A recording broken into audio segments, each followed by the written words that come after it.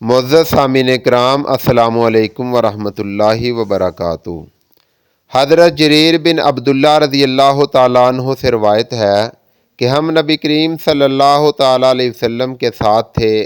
آپ نے ایک رات چاند بدر کو دیکھا، پھر فرمایا تم اپنے رب کو اسی طرح دیکھو گے جیسے تم اس چاند کو دیکھ رہے ہو، تمہیں اسے دیکھنے میں کوئی تکلیف نہیں ہوگی۔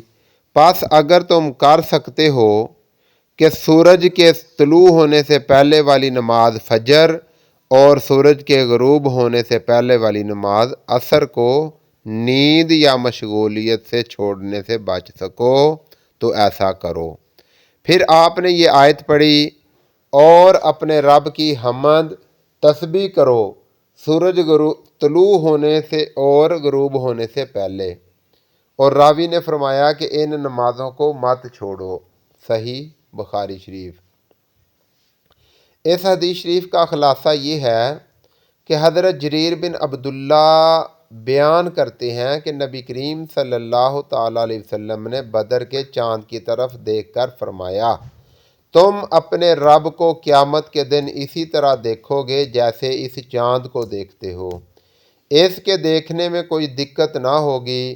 پس اگر تم سے ہو سکے تو سورج نکلنے سے پہلے کی نماز یعنی فجر کی نماز اور سورج ڈوبنے سے پہلے کی نماز یعنی عصر کی نماز کو ہرگز نہ چھوڑو۔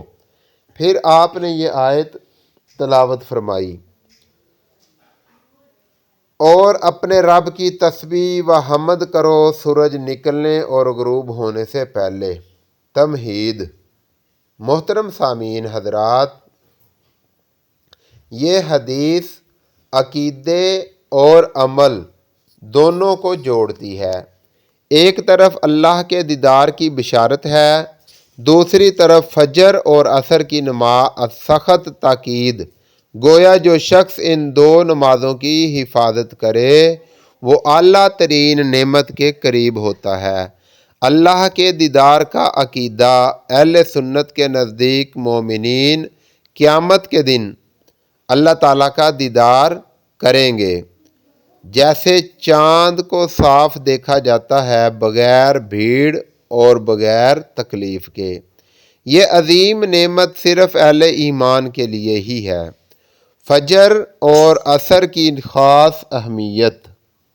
نبی کریم صلی اللہ تعالیٰ علیہ وسلم نے خاص طور پر ان دو نمازوں کا ذکر فرمایا کیونکہ فجر نیند، سستی اور دنیاوی مصروفیات کی آزمائش، عصر کاروبار، تھکن اور غفلت کا وقت۔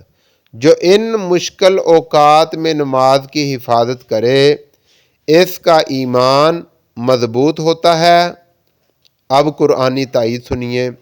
حدیث میں پڑھی گئی آیت بتاتی ہے کہ دن کے آغاز اور اختتام پر عبادت، اللہ کی حمد و تسبیح، یہی وہ لمحات ہیں جب بندہ اللہ کے قریب ہوتا ہے۔